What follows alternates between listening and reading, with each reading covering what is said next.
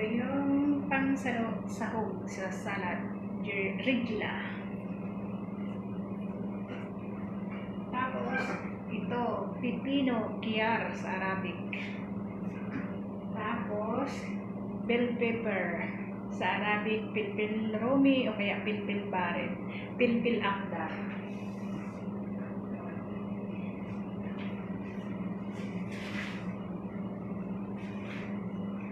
Tapos, ito naman, litos. Sa Arabic, dito sa amin, kas.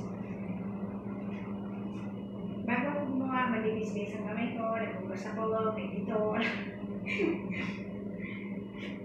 Sure. Sasaw ko na siya.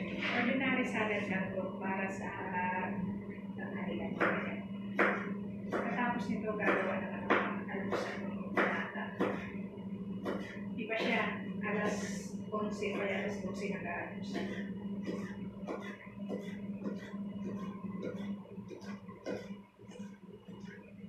Dalawang dalaga kanina nag-almusal.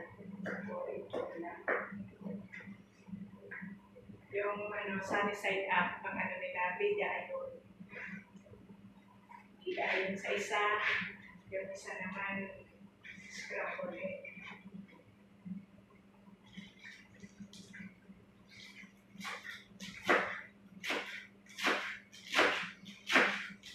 Gumagawa na ako ng salad para mayroon tsaka kasama ng bukas. Pag marami akong gagawin sa umaga, sinasama ko na mayroon akong gagawin sa salad. Para breakfast, hindi na ako gagawa. Kasi marami na gagawin. Pero kung wala naman akong gagawin na, hindi ko na isa na gagawa ko.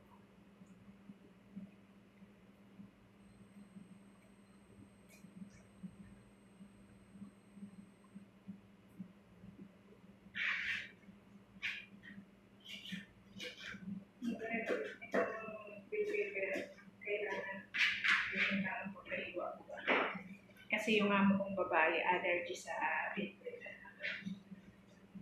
Pag nakikita niya, tatanggalin niya. Gusto niya magpalagay, pero malalaki na ang kiwa para nakikita niya. Pipiliin niya.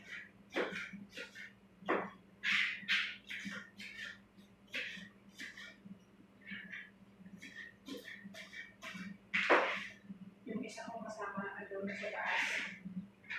Tapos niya na i-prepare yung mga lutuin niya mamaya.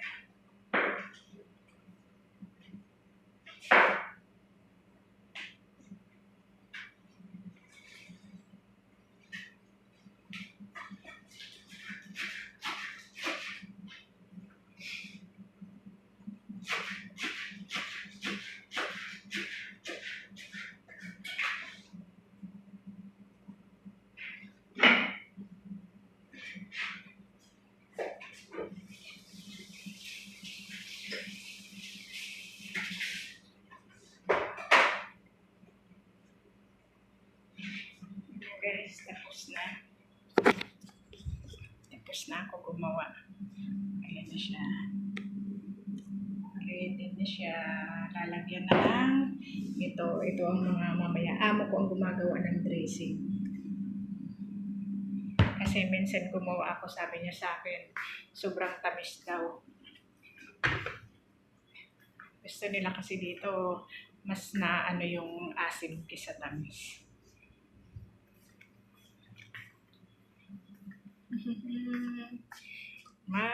Gagawa naman ako ng lalagay ko muna yun sa sa rep na ginawa ko. Ito para bukas to. Ito yung para ngayon.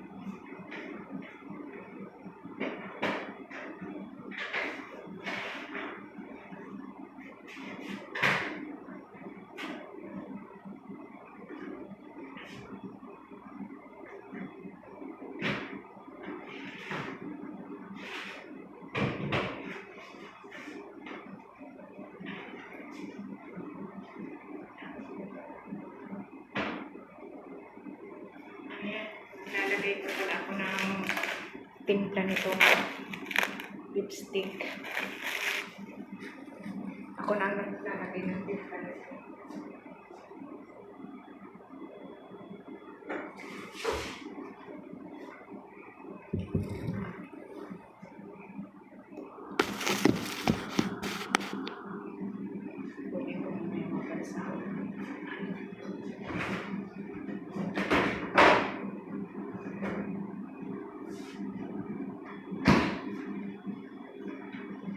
lang ang nilalagay ko sa beef stick. Kasi ano lang naman siya. I-grill. Ihawin ko lang siya. Ihaw sa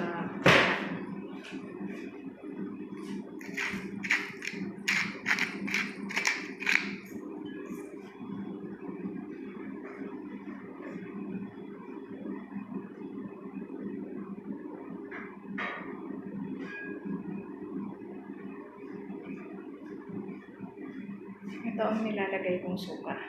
Balsamic vinegar.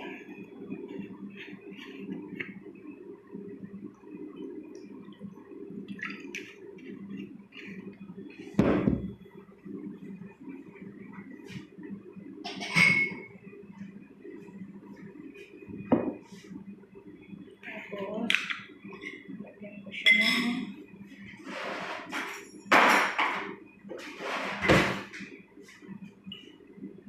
asin. Dalawang kutsara asin.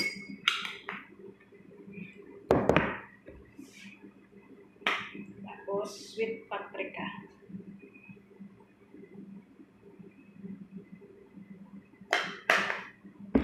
Tapos ito, stick and chops.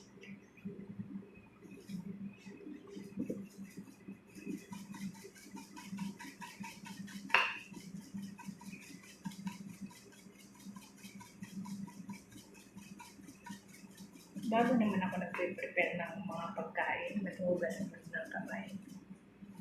Hindi na kailangan magsuot ng gloves.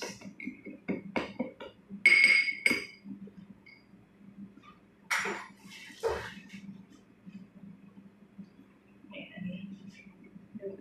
Natin, hahaluin natin ito para madurog yung ibang kasi yung asin, buo siya yung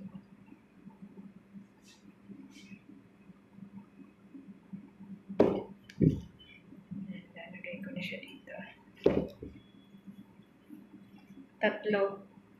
Kasi yung tatlong lang po. Kasi yung kasama ko, paborito rin to. Naglagay rin siguro siya ng isa.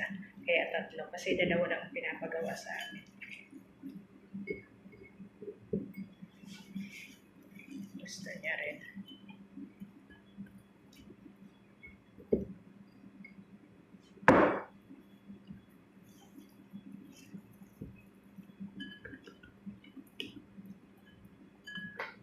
Yan.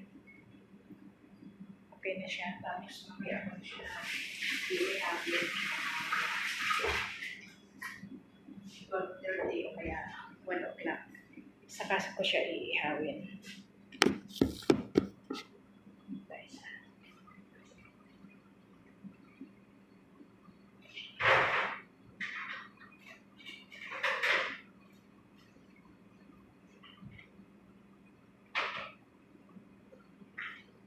Naman, magpiprito naman tayo ng itlog. Almusal naman yan ng binata.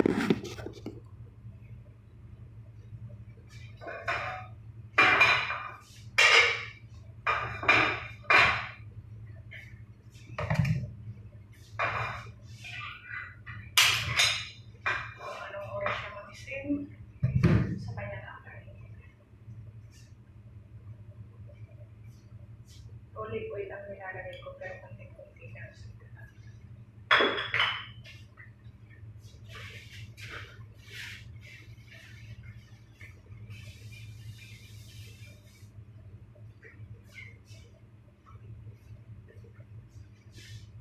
Ganito lang siya. Babatayin ko lang. Buo lang siya. Kasi gusto niya yung dilaw. Gumagalaw. Hindi siya lumulupok. Hapon.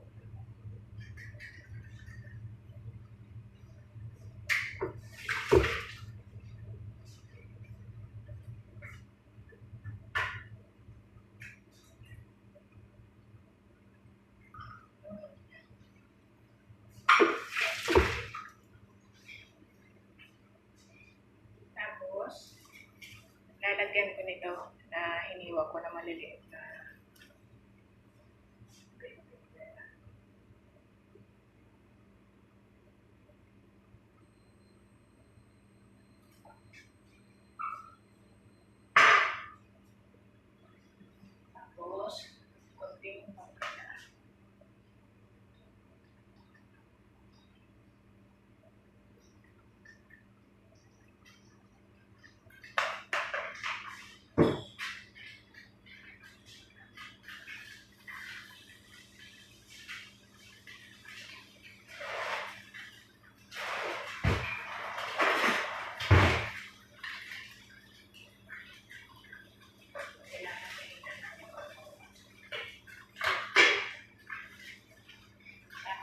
lalagyan ko nitong Edam cheese.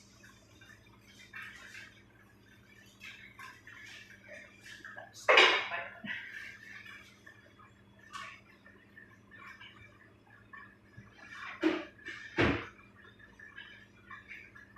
nag-melt na yung Edam cheese, luto na siya.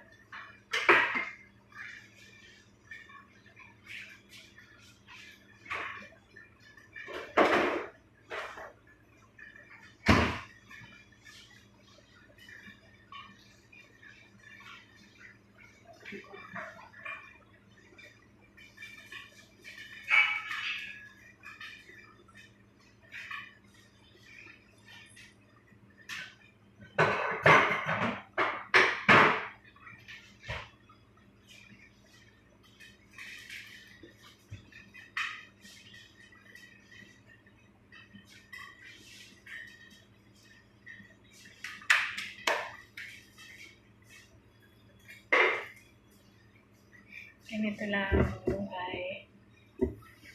Gawa ng dapat gawin. Pagkatapos ganito, doon naman ako sa kwarto ko. Pwede na rin magtambay. Pero pag yung isang dalaga papasok sa trabaho, nilinisan ko muna yung kwarto niya. Ganito lang ako dito.